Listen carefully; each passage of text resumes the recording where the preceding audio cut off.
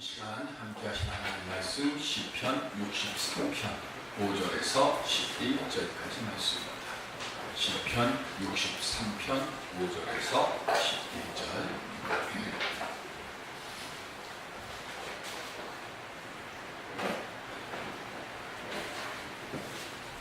골수와 기름진 것을 먹음과 같이 나의 영혼이 만족할 것이라. 나의 입이 기쁜 입술로 주를 찬송하되 내가 나의 심상에서 주를 기억하며 새벽에 주의 말씀을 작은 소리로 들을 하오리니. 주는 나의 도움이 되셨습니다. 내가 주의 날개 그늘에서 즐겁게 부르리이다.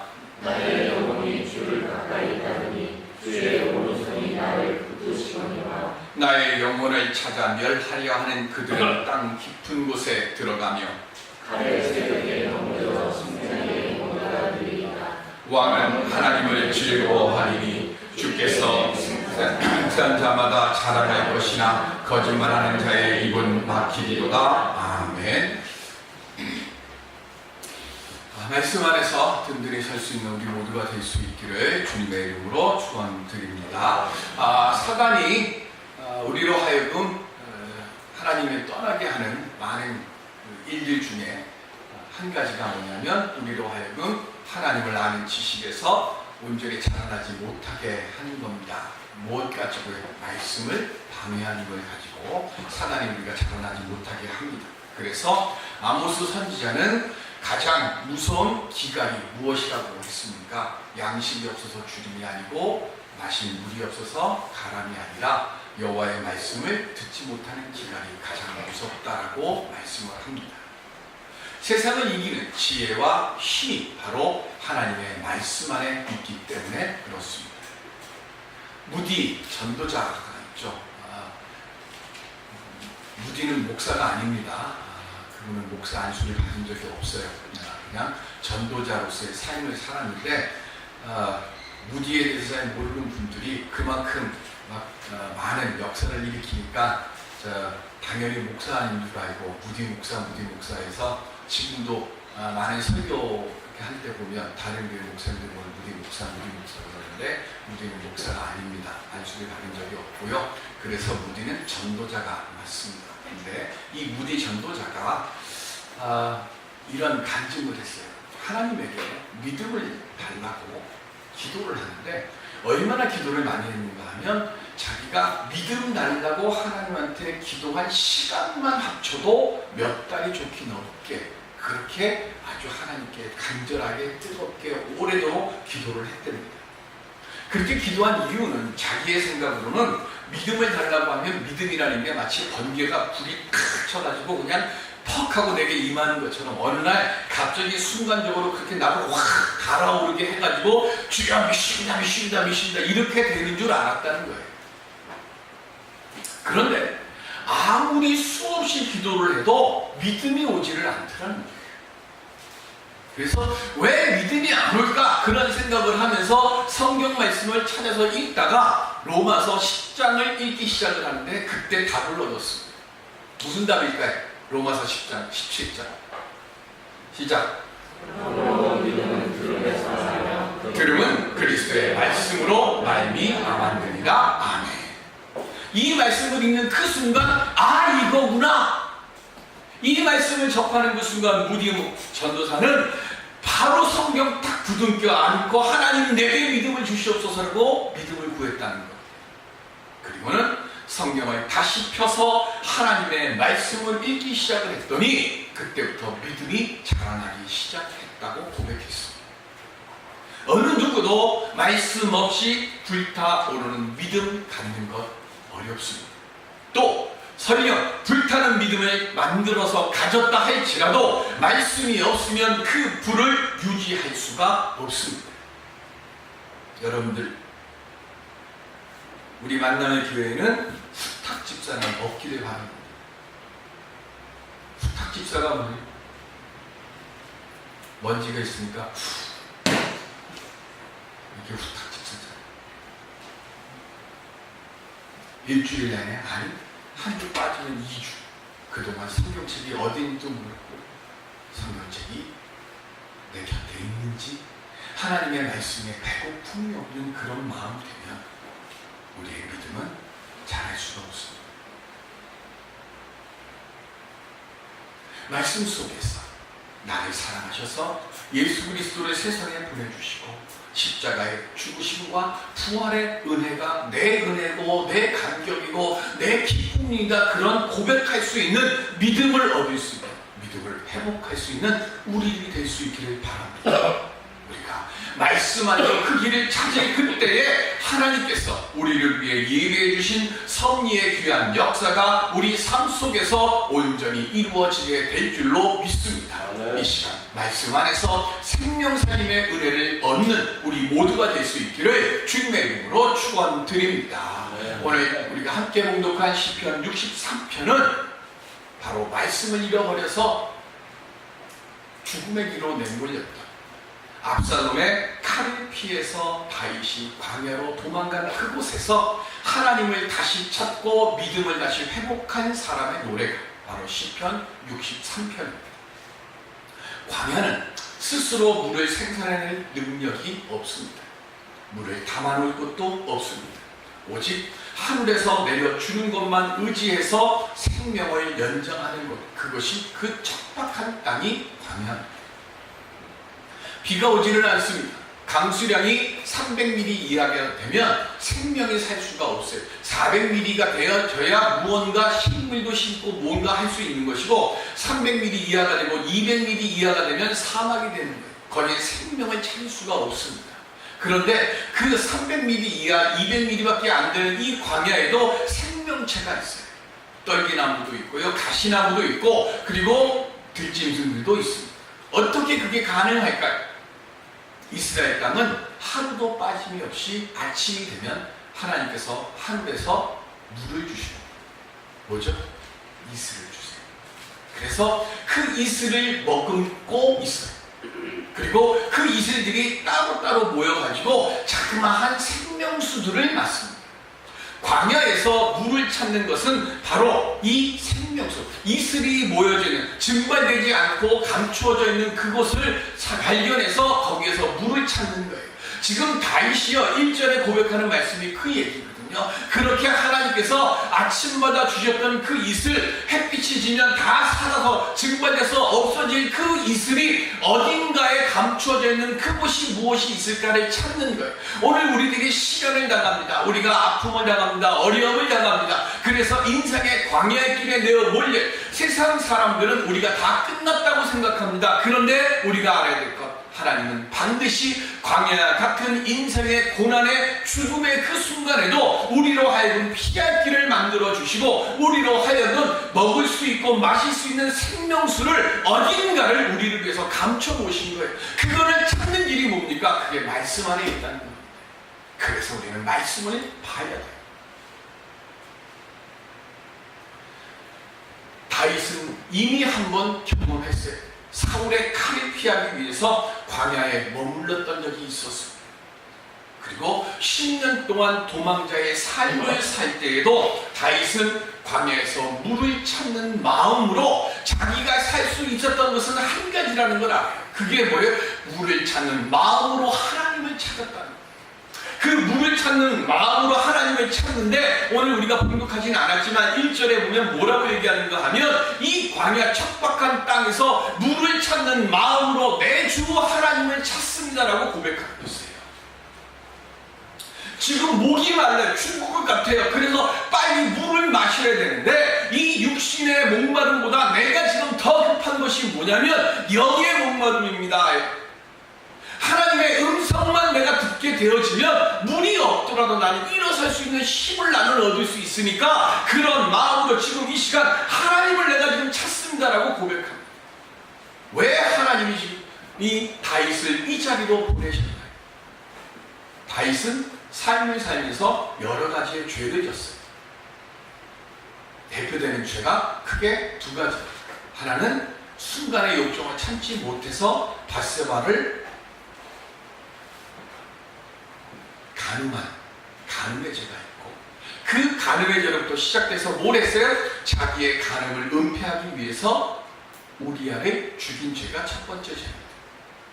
또 다른 죄가 하나가 있습니다. 다윗이 오늘 광야로 내어 몰린 이유.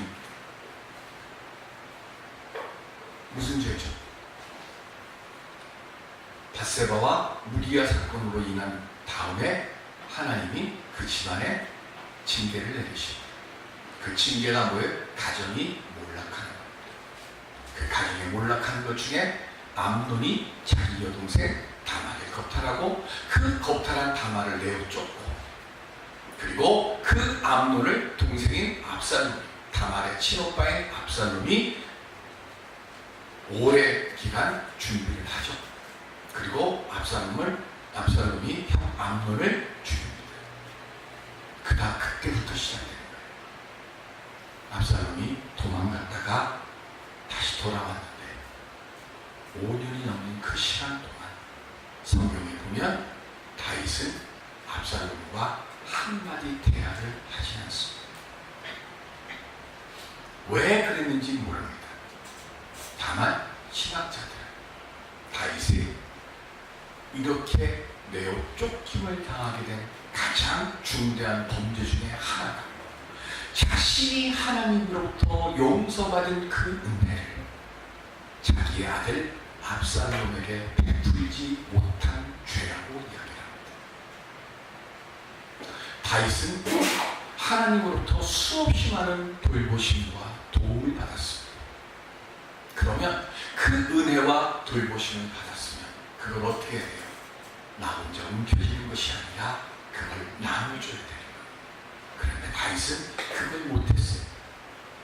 무엇보다도 압살롬입니다. 자기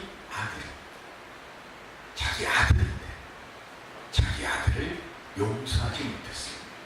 신학자들은 이야기합니다. 다윗이 압살롬을 용서하지 못하는 그 기간 동안 다윗 스스로도 하나님을 찾는 시간이 줄어들어가는 거예요. 압살롬을 멀리하는 시간만큼 다윗도 하나님과 멀어졌다는 겁니다. 그리고 뭐 하는 거예요? 더 세상의 것에, 내 권력의 맛에 취해서, 왕궁에 있으면서 성공의 자리에 취해서 이생의 자랑과 육신의 안목에 빠져가지고 하나님을 멀리하고 그냥 압살롬을 용서하지 않는 그 모습으로, 하나님을 멀리하는 그 모습으로 그는 그 삶을 살았어요. 그러다가 아들 압살롬의 반역에 의해서 광야로 지금 모든 것을 다 잊어버리고 한순간에 다 잊어버리고 내어 쫓김을 당한 뒤에 비로소 다시 다윗이 하나님을 찾기 시작합니다. 그러면서 하나님을 찾았더니 하나님은 다윗에게 어떤 위로를 주셨어요? 오늘 본문 3절에 보면 시편 63편 3절 시작. 주의 인자하심이 생명보다 나음으로 내 입술이 주를 찬양할 것이라. 아멘. 물을 찾고 양식을 찾는 찾음이 아니라 하나님을 찾았어요. 내가 왜 이렇게 됐는가를 깨닫고 난 뒤에 다윗이 제일 먼저 행한 것이, 내가 사업이 어렵습니다. 내 삶의 일이 자꾸 꼬여요. 그럴 때 하나님 이 문제를 해결하게 해주시옵소서. 기도가 먼저가 아니에요. 하나님을 알게 하여 주옵소서. 하나님을 바로 보게 하여 주옵소서. 하나님의 뜻을 알게 하여 주옵소서. 이 기도가 먼저라는 거예요. 다윗은 지금 물을 찾아야 돼요. 내 원수들로부터 내가 지금 도망갈 길을 찾아야 돼요. 그런데 그걸 먼저 구하지 않았어요. 물을 주시옵소서, 양식을 주옵소서, 병사를 주옵소서 안 했어요. 하나님 앞에 뭘 구하는 거예요? 하나님을 갈망하는 거예요. 내 시작과 끝이 오직 하나님밖에는 없습니다. 그걸 지금 고백하는 거예요. 그래서 뭐예요? 주의 인자하심이 생명보다 낫다 그랬어요. 내 삶의 환경은 하나도 안 변하지만 하나님이 얼마나 인자하신지, 하나님이 얼마나 나를 사랑하시는지 그걸 내가 지금 깨달았다는 거예요. 내 손에 움켜쥐고 있을 때는 그것을 내가 하나도 몰랐어요. 아니, 사울의 칼에 의해서 도망다닐 때는 날마다 하나님과 호흡했기 때문에 그것에 대한 감사함을 잃어버렸어요. 하나님께 전쟁을 하러 가야 됩니까? 말아야 됩니까? 하니까 그래 가라 해서 갔어요. 그거 당연한 줄 알았어요. 그런데 하나님이 멀어지고 난 뒤에, 그 음성이 내 귀에서 멀어지고 난 뒤에 그것에 대한 감사함을 잃어버렸어요. 그러다가 고난의 광야의 자리에 서게 되는 그 순간, 지금까지 나를 지탱해 주었던 것이 바로 하나님의 음성이었구나 하는 것을 깨닫게 됩니다. 두 손도 움켜쥐고 있을 때, 세상 권력을 움켜쥐고 있을 때 그의 두 손은 오직 뭐밖에 없었어요? 자기밖에 없었어요. 세상 권력밖에 없었어요. 그런데 세상의 것을 다 빼앗기고 나니까 빈손이 됐고, 빈손이 된 그곳에 뭘 해요? 하나님의 인자하심을 소망하면서 하나님께 두 손을 들며 찬양하게 되거든요. 고난 속에서 잊어버렸던 하나님의 그 기억, 사랑의 기억을 회복하게 되고, 하나님께 열정적으로 간구하고 하나님을 찾으니까, 오늘 본문 5절에 보면 육신으로 골수와 기름진 것을 먹은 것처럼 내 영혼이 만족함을 얻게 되었습니다라고 고백하고 있습니다. 삶의 환경은 안 바뀌었습니다. 그러나 하나님의 인자심을 경험하니까 이 곤고와 곤란의 세상을 이길 수 있는 힘이 있음을 발견하게 됩니다. 모든 것을 잃어버린 광야에서 다윗은 다시금 일어설 수 있는 하나님의 인자를 경험했습니다.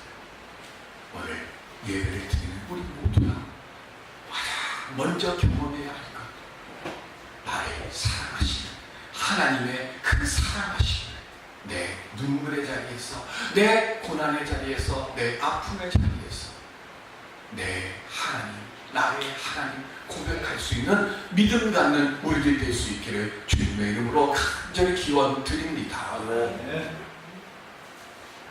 7가지 죽음에 이르게 하는 죄가 있습니다. 첫 번째는 교만, 두 번째는 나태입니다. 그런데 나태가 무슨 뜻이죠? 게으름 있잖아요. TV 리모컨 저쪽에 있는데 갖고 오기 싫어갖고 일어나 리모컨 좀 갖고 와. 이거 나태죠. 근데 이거로 사람이 죽습니까? 그렇잖아요. 그거 꼼지락하기 싫어서 숟가락 갖고 오는 거 싫어가지고 지금 설거지하고 있는 사람한테 여보 숟가락 좀 갖다 줘, 나 이거 불려 먹어야 되는데 숟가락이 없어. 내가 가서 갖고 오는데 근데 그거 귀찮았어. 그게 나태예요. 근데 그거로 죽습니까? 왜 그럴까요? 그래서 헬라어로 나태라고 하는 것이 뭔가 하고 봤더니 아시디아예요. 아시디아. 이게 뭘까? 그랬더니 헬라어 원뜻에는 영적 무관심. 게으른 것으로 죽는 게 아니고요, 영적인 문제가 생기는 거예요. 그래서 잘못을 하나 범하는데 영적으로 무관심하니까 뭐냐면, 개싸. 그리고 누구 다 그렇게 잘못하는데 괜찮아? 그러면서 뭐 하는 거야? 스스로 마음을 두껍게 만든다.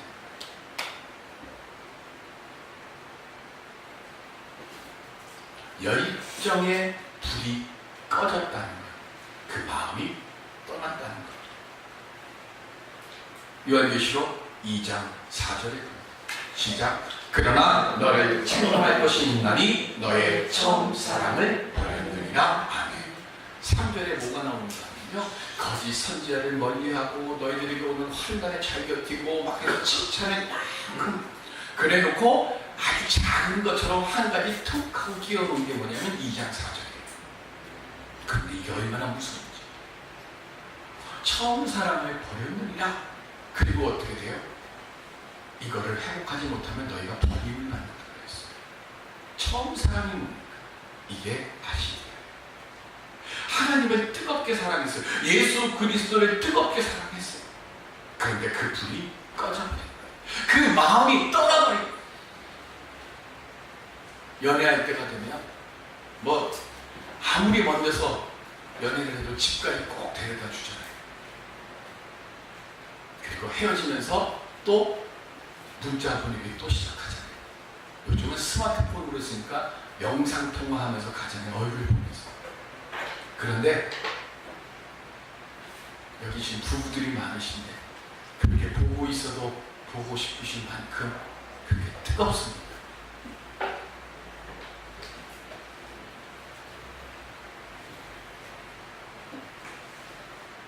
텔레비전에 보니까 뭐로 사냐고 이웃인가 거기서 나오는데 얘기하는 데 보니까 한 사람이 정으로 살아요 그랬더니 또 한 사람이 우리는 전투력으로 살아요. 부부는 결혼 생활은 정과 전투력으로 매일같이 총알이 미친 듯이 쏟아지는 정의로 삽니까? 부부의 삶을 그렇게 사는 것처럼 여러분들 믿음도 그렇게 살 수 있다고 혹시 생각하십니까? 믿음은 정으로 사는 게 아니에요. 믿음은 전투력으로 전의로 사는 게 아니에요. 믿음은 한 가지입니다. 에베소 교회에다가 뭐라고 얘기했어요? 회개하라 그랬어요. 회복하라 그랬어요. 열정적으로 말씀 펴고 무릎 꿇고 기도하면서 하나님의 도우심과 하나님의 사랑하심을 구할 수 있는 심령들이 되어져야 하나님의 돌보심의 은혜가 온전히 우리 삶 위에 임하게 되어지는 그 역사를 우리가 경험하게 될 줄로 믿습니다. 그렇게 열정적으로 회복하니까 오늘 8절에 뭐라 그랬어요? 내 영혼이 주를 가까이 따르니까 주님의 오른손이 나를 붙드십니다 라고 고백하고 있어요. 아무것도 없는 광야에 내몰렸지만 그곳에서 열정적으로 하나님을 찾고 그리고 첫사랑 옛사랑을 회복하려고 하니까 하나님의 능력의 손이 다윗을 붙들어 주셨다고 하는 것을 고백하고 있어요.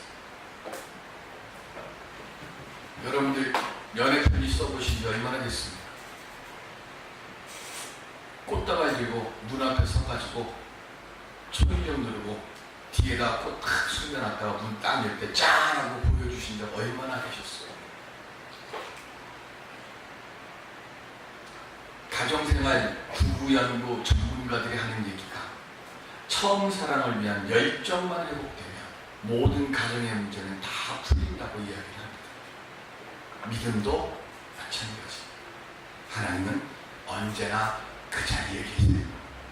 우리를 사랑하시는 그 자리에 항상 계십니다. 하나님은 언제나 의로운 오른손으로 우리를 붙들어 주시기를 기뻐하세요. 말씀 안에서 주님의 사랑을 찾고 게으른 믿음이 아니라 열정 넘치는 사랑 안에서 하나님의 돌보심의 은총을 경험할 수 있는 오늘 우리들이 될 수 있기를 바랍니다. 다윗은 시련이 오고 환난이 올 때마다 철저하게 하나님 앞에 그의 죄를 고백했어요. 그리고 하나님의 사랑을 회복하기를 간구했습니다. 지난 6월 13일 날 선거를 파란색의 혁명입니다. 대한민국이 온통 파란색으로 뒤덮였습니다. 그렇죠? 2004년 우크라이나에 오렌지 혁명이 일어났습니다. 러시아에서부터 분리독립한 우크라이나는 이때까지 한 번도 제대로 된 선거를 치러본 적이 없었어요. 그러다가 2004년도 드디어 처음으로 여당과 야당이 제대로 맞붙는 대통령 선거를 했습니다. 그런데 야당 후보인 빅토르 유센코라고 하는 이 사람에게 얼마나 탄압을 심하게 하는지 우리 신기 선생님도 자유당 시절 때 대통령 후보로 나왔다 기차 타고 가시다가 돌아가셨죠? 뭐 그런 것들처럼 그렇게 한 거예요. 이 유센코도 물을 먹었는데 물에다가 독약을 타가지고 물을 먹었는데 죽지는 않고 얼굴이 막 부어오르고 온몸에서 병원에 입원해갖고 유세도 하지 못할 만큼 그런 탄압을 받았어요. 그리고 대통령 선거가 끝이 났습니다. 투표를 개봉을 해보니까 유센코가 이겼어요. 그런데 여당이 그 선거 결과를 조작합니다. 그리고는 텔레비전에서 TV 방송에서 아나운서가 이야기합니다. 여당 후보가 대통령 당선됐습니다. 여러분들 혹시 아침 뉴스 보시는 분 계세요? 아니면 오후 뉴스나? 보면 뉴스 이렇게 화면에 보면 보는 쪽에서 보면 오른쪽 조그마한 이쪽에 동그래 갖고 사람 하나 나와서 뉴스 할 때 뭘 하죠? 뭐 하죠? 수업. 2004년도 우크라이나 방송에서도 수화를 했어요. 대선을 하면서. 그런데 옆에는 딱 깔끔하게 정장 입고 한 멋들어진 아나운서가 여당이 대통령 선거에서 이겼습니다 라고 하는 것을 멘트를 하고 있는데 이 조그마한 수화 방송 안에 있는 이 사람이 수화로 뭐라고 얘기하는가 하면 이거 거짓말입니다. 사실은 야단 후보가 이겼습니다. 그리고 내가 지금 수화로 하는 이 뜻이 무슨 뜻인지 알아듣는 사람은 빨리 아는 사람들에게 문자를 보내서 광장에 모이게 해주십시오. 야당이 이겼습니다. 여당이 거짓말하고 있습니다. 그게 수화를 하는 거예요. 목숨 걸고 한 거죠. 그리고 이 사람의 수화를 알아듣는 사람들이 문자를 보내서 우크라이나 사람들이 광장에 모였고, 이때부터 시작해서 여당이 조력한 선거가 깨지고 야당 유세코가 이제 당선이 되는 그 일을 만들었습니다. 그래서 이걸 오렌지 혁명이라고 합니다. 세상은 큰 화면과 같은 모습으로 우리를 불러요. 온갖 것으로 우리들을 속이려고 하고요, 우리를 기만하려고 하고 세상의 것에 취해서 빠져서 살려고 합니다. 그런데 우리 주님은 작고 연약한 모습이에요. 눈여겨서 보지 않으면 잘 안 보일 것 같은 그 조그마한 그곳에서 열심히 지금 수화를 보내고 있습니다. 여기에 살 길이 있고, 이렇게 하면 너희들이 일어날 것이고, 이렇게 하면 너희들이 하나님의 능력을 받을 것이고, 열심히 우리를 위해서 수화를 보내시는 예수님을 볼 수 있는 믿음의 눈이 열려질 수 있는 우리들이 될 수 있기를 바랍니다. 네. 잘 봐야 합니다. 잘 들어야 합니다. 그리고 잘 깨달아야 합니다. 그게 말씀 안에 있는 거예요. 신명기 4장 4절에 보면 시작. 오직 너희의 하나님 여호와께부터 떠나지 않은 너희는 오늘까지 다 생존하였느니라. 아멘. 하나님 여호와께 붙어 있으세요. 떠나지 마세요.